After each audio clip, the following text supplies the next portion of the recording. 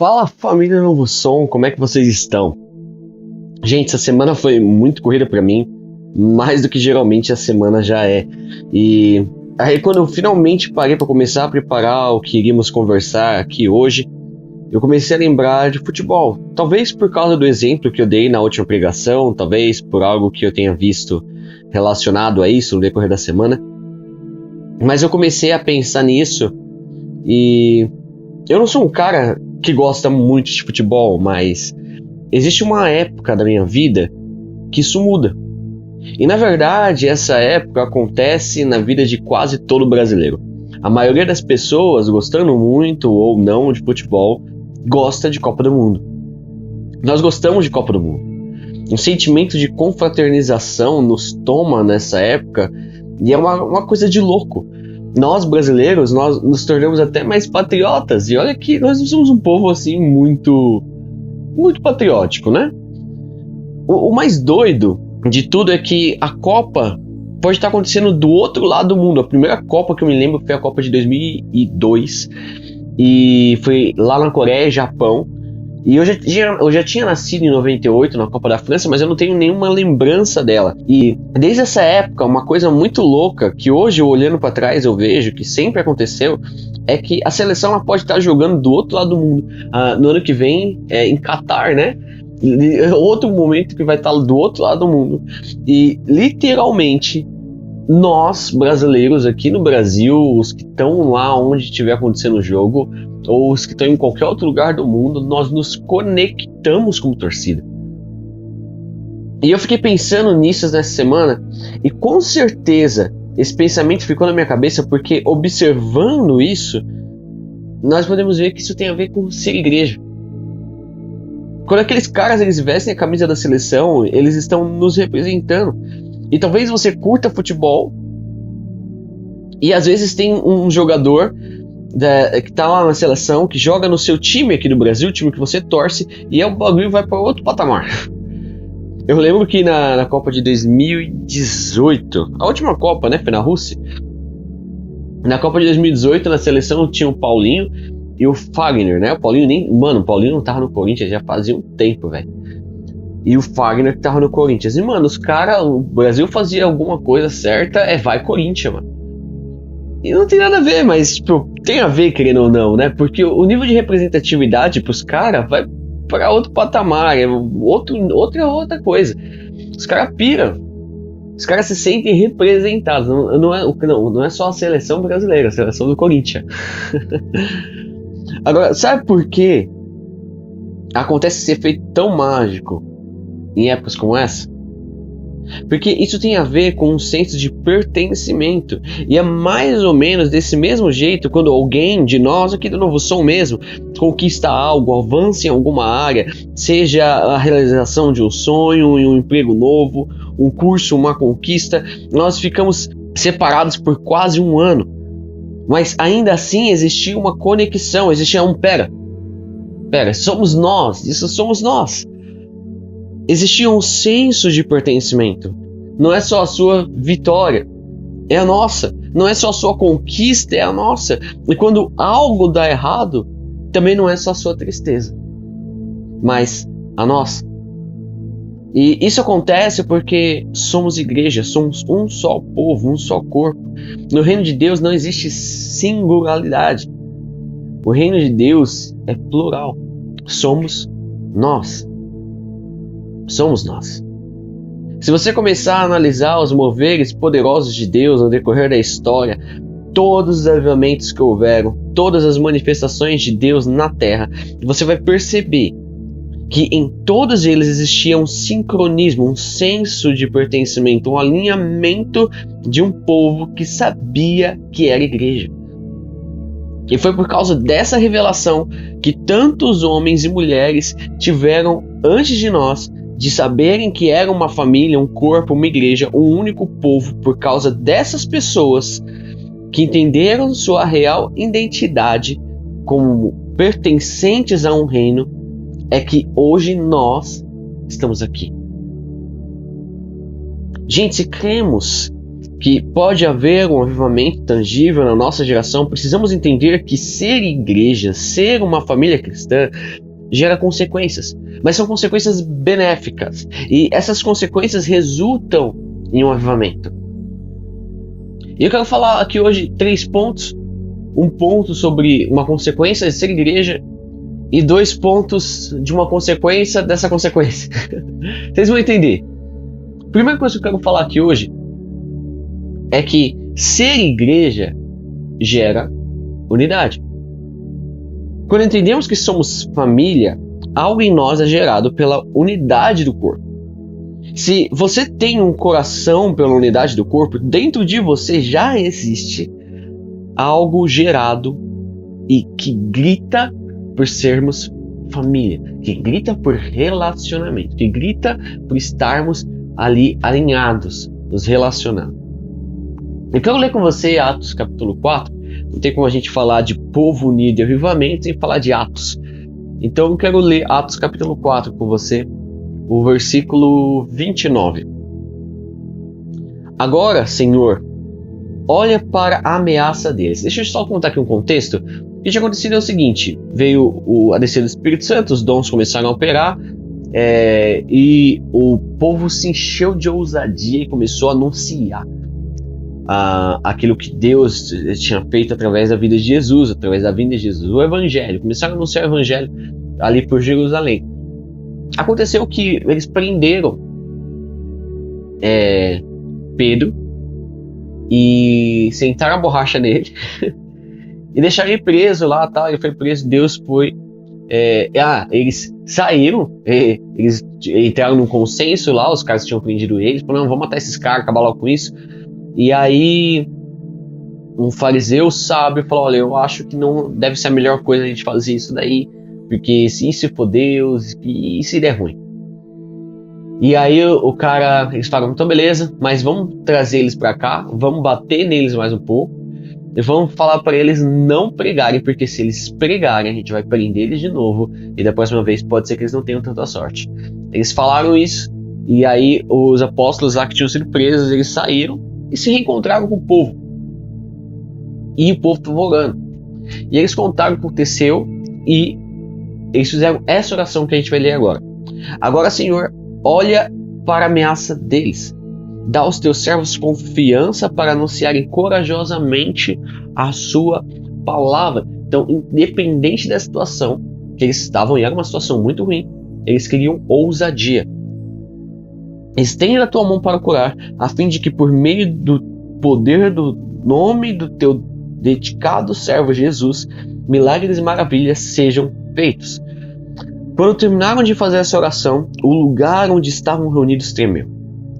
Então todos ficaram cheios do Espírito Santo e começaram a anunciar corajosamente as palavras de Deus. Todos os que creram pensavam e sentiam do mesmo modo. Ninguém dizia que as coisas que possuíam eram somente suas, mas todos repartiam uns com os outros tudo o que tinham. Gente, dá uma olhada nisso, cara. Uma coisa muito importante está aqui nesse versículo 32 é que eles pensavam e sentiam da mesma forma. Em algumas versões mais antigas está escrito que eles tinham a mesma mente e o mesmo coração. Esse era o espírito de família, de unidade que existia na igreja de Atos. Eles eram unidos e completamente envolvidos em ser família. E cara, eles passavam por perrengues horríveis. Eu acabei de falar, mano. E o bagulho era sério. O vírus que existia nessa época, que na verdade esse vírus também existe até hoje, era a ignorância. E esse vírus é mortal. E era ele que os caras enfrentavam. Mas no coração da igreja, na identidade de ser igreja, existia unidade. Ser igreja gera unidade. E algo acontece quando eles estão juntos, e nós vemos isso quando continuamos o livro de Atos. Você vai continuar o livro de Atos, você vai ver que, mano, esses caras, inclusive eles eram ofendidos, os fariseus falavam disso, eles falavam, esses malucos estão virando o mundo de ponta cabeça. O segredo disso é que eles tinham uma única forma de pensar e de sentir, uma só mente, um só coração. Agora volta um pouquinho, vamos lá para Atos 2, é um pouquinho depois ali da descida do Espírito Santo. Atos capítulo 2, versículo 44. Todos os que criam estavam juntos e unidos e repartiam uns com os outros o que tinham. Vendiam as suas propriedades e outras coisas e dividiam o dinheiro com todos, de acordo com a necessidade de cada um. Todos os dias, unidos, se reuniam no pátio do templo e nas suas casas partiam pão e participavam das refeições com alegria e humildade. Louvavam a Deus por tudo e eram estimados por todos. E cada dia o Senhor juntava ao grupo as pessoas que iam sendo salvas. Gente, o nosso relacionamento sincero como igreja, o se importar de fato com o outro, como família, como igreja, isso traz unidade.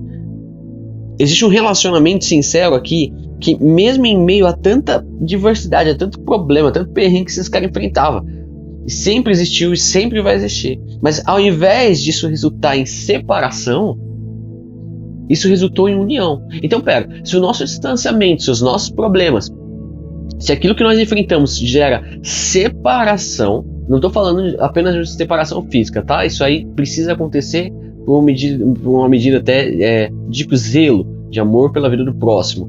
Mas estou falando de uma separação de espírito, de uma forma de pensar, de unidade. Se essas dificuldades elas trazem separação, então na verdade está nos faltando um alinhamento como igreja. Porque é o que acontece, é o inverso do que está acontecendo em Atos. Porque mesmo eles tendo que às vezes se esconder, mesmo eles tendo que às vezes fazer alguma outra coisa, o Espírito que existia neles, o Espírito Santo de Deus, ele trazia alinhamento.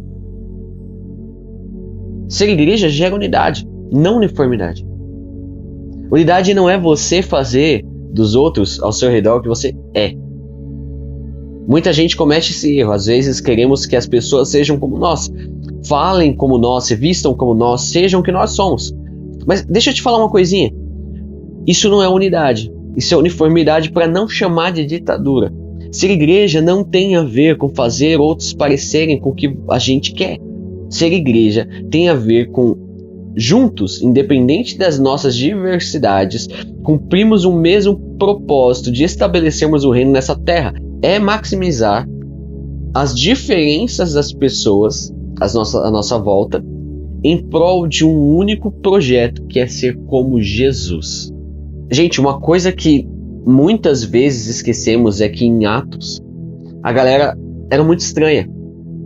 Tinha judeu e mais uma porrada de gente de vários outros povos, cada povo com uma cultura, cada cultura com costume, cada costume com sua prioridade, e que com certeza não se comunicavam. Mas sabe o mais doido de tudo isso? É que naquele contexto de relacionamento, de comunhão, de igreja, desprezo, racismo e preconceito não aconteciam. Agora, por que hoje dentro da igreja a gente tem que ver desprezo, racismo e preconceito? Sabe por quê? Porque ainda não entendemos o que de fato é ser igreja. Não temos sequer a mínima noção do que realmente significa ser como Jesus. É verdade, estamos num processo. É verdade, estamos amadurecendo, estamos caminhando para isso. Mas eu olho para a igreja e percebo que o que falta é uma revelação do real significado do nosso propósito. Queremos os dons de Jesus, queremos o conhecimento de Jesus, mas esquecemos que Jesus, quando aplicava tantos dons como conhecimento, fazia isso por uma única coisa: compaixão. O problema é que ainda nos falta revelação para sermos como Ele é. Quando entendemos o que é ser igreja, entendemos que igreja é como um guarda-chuva gigante, do tamanho do mundo, onde existe espaço para todas as pessoas, de tudo quanto é jeito, mas que tem como objetivo, essas pessoas têm como objetivo ser como Jesus. Então, independente do seu estilo, roupa ou sei lá o que, quando nós abrimos os olhos e entendemos a visão do reino, o objetivo do reino de convergir tudo em Cristo, então vemos que se não existe espaço para algo, esse algo é o desprezo, o racismo e o preconceito. Porque quando olhamos para Jesus, vemos que nele não existia espaço para isso. Na igreja de Atos não existia espaço para isso. Quando entendemos isso, então entendemos o que é ser igreja. Entendemos que ser igreja gera unidade. Mas quando a unidade ela é gerada em nós, outras coisas, eu falaria de outras duas coisas que são geradas através da unidade. Outras coisas começam a ser geradas através dela, em nós e através de nós também. E o segundo ponto que eu quero falar aqui é que unidade, ela gera identidade. 1 Coríntios capítulo 15, versículo 10. Mas pela graça de Deus, eu sou o que sou, que é Paulo falando. E a graça que ele me deu não ficou sem resultado. Pelo contrário, eu tenho trabalhado muito mais do que todos os outros apóstolos. No entanto, não sou eu quem tem feito isso, e sim a graça de Deus que está comigo. Assim, não importa se a mensagem foi entregue por mim ou se foi entregue por eles. O importante é que foi isso que todos nós anunciamos e foi nisso que vocês creram. Gente, sabe o que o Paulo está falando aqui? Ele está falando, cara, eu não sei o que os outros são, eu também não faço a mínima ideia do que eles deixam de ser. Eu sei quem eu sou, e eu sou o que sou pela graça de Deus. Paulo ele era um excelente analista, na verdade ele era excelente em quase tudo que ele fazia. Como fariseu ele foi preparado para isso desde muito novo. Mas o que eu quero pegar aqui é a autoanálise que ele fez. A maioria das vezes que ocorre uma divisão, ela é resultado de uma autoanálise equivocada. Pessoas que não se enxergam como Jesus os enxerga e muito menos enxergam o próximo como Jesus os enxerga.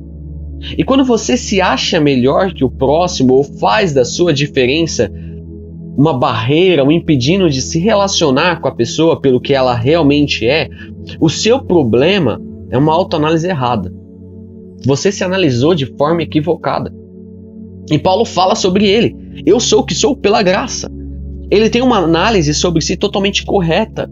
Essa análise é que quando estamos aos pés da cruz, tanto eu como você, como qualquer outra pessoa, todos nós somos pecadores salvos pela graça. Essa análise correta te permite viver a unidade que a igreja gera, porque no final nós somos iguais. Eles não eram iguais. Eu falei aqui que eles não eram iguais, pelo contrário. A igreja de Atos ela era totalmente estranha, como disse agora há pouco. Tinha gente de tudo quanto era canto. Existiam culturas diferentes, costumes diferentes, roupas diferentes, mas independente das diferenças terrenas, aos pés da cruz, todos somos pecadores salvos pela graça. Todos somos feitos filhos de Deus e somos amados do Pai. Nesse momento, nós começamos a entender que unidade acontece de dentro para fora. Tem a ver com o coração voltado para Jesus. E o coração voltado para Jesus não perde tempo com diferenças étnicas, não perde tempo com diferenças raciais, sociais, econômicas, acadêmicas ou qualquer outra coisa baseada na arrogância humana. Se temos um coração para Jesus, então não sou mais eu, mas nós. E já que somos nós, passamos a ter compaixão pelo próximo, porque o próximo é como eu sou. Agora, se nós não temos um coração para Jesus, nós vamos ter um problema. Podemos ter a mesma aparência, a mesma etnia, sermos da mesma classe social, econômica, termos o mesmo nível acadêmico, mas no final vai dar ruim. E sabe por quê? Porque a questão da discriminação e a questão da divisão que luta contra a unidade também não é algo externo. Não é algo baseado no que conseguimos ver. Jesus fala lá em Marcos 7 que é do interior do homem que vem toda a maldade. Não é parcial. Parte da maldade vem do homem, outra parte vem do além, vem do Satanás, do capiroto. Não. Toda a maldade vem do interior do homem. Nosso desprezo, nosso racismo, o preconceito tem a ver com o pecado da humanidade. E é por esse motivo que isso não faz o menor sentido existir dentro da igreja. Porque quando entendemos o Evangelho, entendemos que todos nós, não importa quem seja, dependemos da graça de Deus. Eu comecei a falar aqui sobre Copa do Mundo e falei que tinha a ver com ser igreja. Se você é um brasileiro do Nordeste ou de São Paulo, ou lá do Sul, se você é um brasileiro descendente de indígena, se você é um brasileiro descendente de português, se você é um brasileiro descendente de africano, italiano, boliviano, se você é um brasileiro que talvez te chamem de galego, ou talvez te chamem de negro, talvez eles te chamem de magrelo ou de gordinho. Quando aquela bola entra naquela rede, quem marcou foi um jogador da seleção, todo mundo grita da mesma forma. Todo mundo vibra igual. Porque no final das contas, não importa o que somos por fora, mas sim o que somos por dentro. E por dentro somos parte da mesma nação, do mesmo povo. Esse é um exemplo assim muito terreno, isso é um exemplo muito natural e totalmente passageiro, mas agora leva isso para uma ótica espiritual, para uma ótica eterna. Mano, ser igreja tem a ver com o poder do Espírito que gera em nós uma nova natureza, uma nova cidadania. Mas se não estamos unidos, se não conseguimos viver em unidade, então não existe nada que o Espírito Santo possa fazer. Nada. E aí a gente vai entrar no nosso terceiro ponto. A unidade gera favor. O favor de Deus ele é alcançado quando entendemos quem nós somos e vivemos unidos. 1 Pedro, abre em 1 Pedro capítulo 3, versículo 7. 1 Pedro 3, 7. Também você, marido, na sua vida em comum com a esposa, reconheça que a mulher é o sexo mais fraco e que por isso deve ser tratada com respeito. Porque a esposa também vai receber junto com você o dom da vida que é dado por Deus. Toda essa parte que a gente leu aqui, muito interessante, muito importante. Mas a parte que eu quero chamar a atenção é para essa parte B que a gente vai ler agora. Haja assim para que nada atrapalhe, para que nada possa interromper, tornar ineficiente as orações de vocês. Cara, esse é um versículo assim muito interessante que nos mostra que o mover de Deus só acontece onde existe zelo pela vida da outra pessoa, onde existe unidade. Onde existe discórdia e desonra, o Espírito de Deus simplesmente ele não pode fazer nada. Por quê?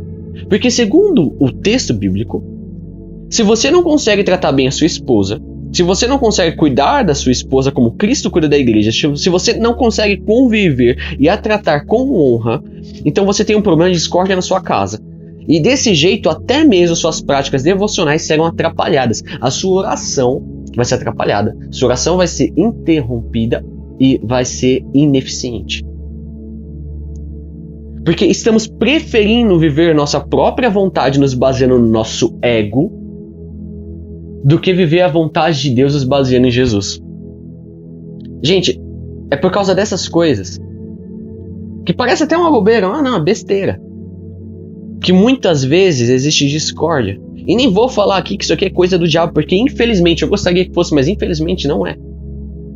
É apenas o ego humano falando mais alto em nossas vidas do que a vontade de Deus. Agora, sabe o que é pior? Viver esse estilo de vida, além de impedir a ação do Espírito, impede que a bênção de Deus, que é nossa por direito, mas isso impede que ela nos alcance. Porque a vida que agora temos não é mais nossa, mas de Cristo em nós. E por ser Cristo em nós, temos todos os direitos de herança reservados para Cristo. Nós somos co-herdeiros com Ele. E o que nos garante é o Espírito Santo. O Espírito Santo foi deixado como garantia, como penhor. Ele nos garante que seremos herdeiros de tudo que Deus prometeu para nós. Mas se vivemos a nossa vida da nossa forma e não a de Cristo, segundo o Espírito, nós não nos permitimos ser conduzidos pelo Espírito, então estamos dizendo que não precisamos das bênçãos de Deus. Nossa falta de unidade como igreja para o mover de Deus, para as bênçãos de Deus. Porque a Bíblia fala que Deus ele ordena a bênção onde existe unidade. Porque viver de uma forma que não existe unidade não é a forma que Deus espera de nós. Não é a forma que o Espírito Santo vai nos conduzir a viver e também não tem nada a ver com Jesus. Então, mano, não importa quantas horas ou quão fervoroso você seja na sua vida de oração, a sua oração ela vai ser atrapalhada, ela vai ser interrompida, ela vai ser ineficiente, porque o desejo de Deus, e Ele vai usar o Espírito para isso, é que nós venhamos viver em unidade. Mas se não conseguimos viver em unidade, então nós não estamos vivendo segundo a vontade de Deus. Tá dando para entender? A oração de Jesus ali em João 17 foi sobre isso, cara. Sobre a importância da nossa unidade para que o mundo reconhecesse que ele veio. Gente, o liberar de Deus sobre a sua casa, sobre a sua família, sobre a sua igreja depende da nossa unidade como corpo, como família. Sabe aquelas vezes que nós estamos estressados, cheios de rotina das coisas, cheio da casa, cheio de tudo. E aí você fala, cara, eu preciso de férias. E ok, às vezes precisamos de férias, isso é lícito, isso é bom. Mas aí você sai de férias e quando você volta, tudo está exatamente da mesma forma. Você continua estressado e nada mudou. Na verdade, a sensação que você tem é que você precisa de férias, mas você acabou de voltar de férias. Sabe qual é o teu problema? Teu problema não é férias. Seu problema é que o Espírito Santo não está no centro das suas vontades. Você está vivendo as coisas pela força do seu braço. Aí tudo te cansa. Até o que você ama te cansa. Mas quando você permite o Espírito Santo liderar a sua vida, independente da tua opinião, ele vai corrigir erros que você cometeu durante a sua gestão. E nesse momento ele vai reatar alianças e vai trazer novamente a essência da unidade, que é um padrão do reino. Então nesse momento você vai começar a perceber que existe um fluir de Deus em todas as áreas da sua vida. Você voltou a ter prazer em fazer o que você ama. Você está sendo constantemente abençoado. E mesmo no seu trabalho, você tem encontrado descanso. A vida está fluindo, mas porque agora você não está mais fazendo por força, não está mais fazendo do seu jeito, mas sim pelo poder do Espírito. Foi quando eu entendi isso que eu falei, cara, é isso. É por esse motivo que o lema da Novo Som, por mais que a gente não tenha falado muito nesse ano, mas se você tá lá desde o começo, lembra ali de 2019, falava bastante, vou voltar a falar bastante. É por causa disso que o lema do Novo Som é Zacarias 4:6, não por força, nem por violência, mas pelo poder do Espírito. Por quê? Porque se for por força e por violência, a gente se cansa e não conquista. Mas pelo poder do Espírito, a gente não se cansa, a gente conquista e ainda fica descansado. Toda vez que vemos o povo de Deus unido ao redor do mundo, no decorrer da história, nós vemos a manifestação de Deus acontecendo naquele lugar. Pessoas são curadas, vidas são salvas, relacionamentos são restaurados, situações são transformadas. E tudo isso porque, como na Copa do Mundo, que eu comecei falando aqui, todos nós estamos unidos, torcendo por um único objetivo, que é ver o reino de Deus estabelecido nessa terra. E ver pessoas como eu e você sendo como Jesus. Esse é o nosso objetivo como igreja. Que nós vamos desenvolver cada dia mais essa unidade que nós já estamos fazendo, isso é bom. Mas nós ainda estamos aquém, com certeza, do projeto de Deus, da vontade de Deus. Gente, vou ficando por aqui. Forte abraço, fiquem com Deus. Continuem abençoados, continuem se cuidando com vocês. Tchau, tchau.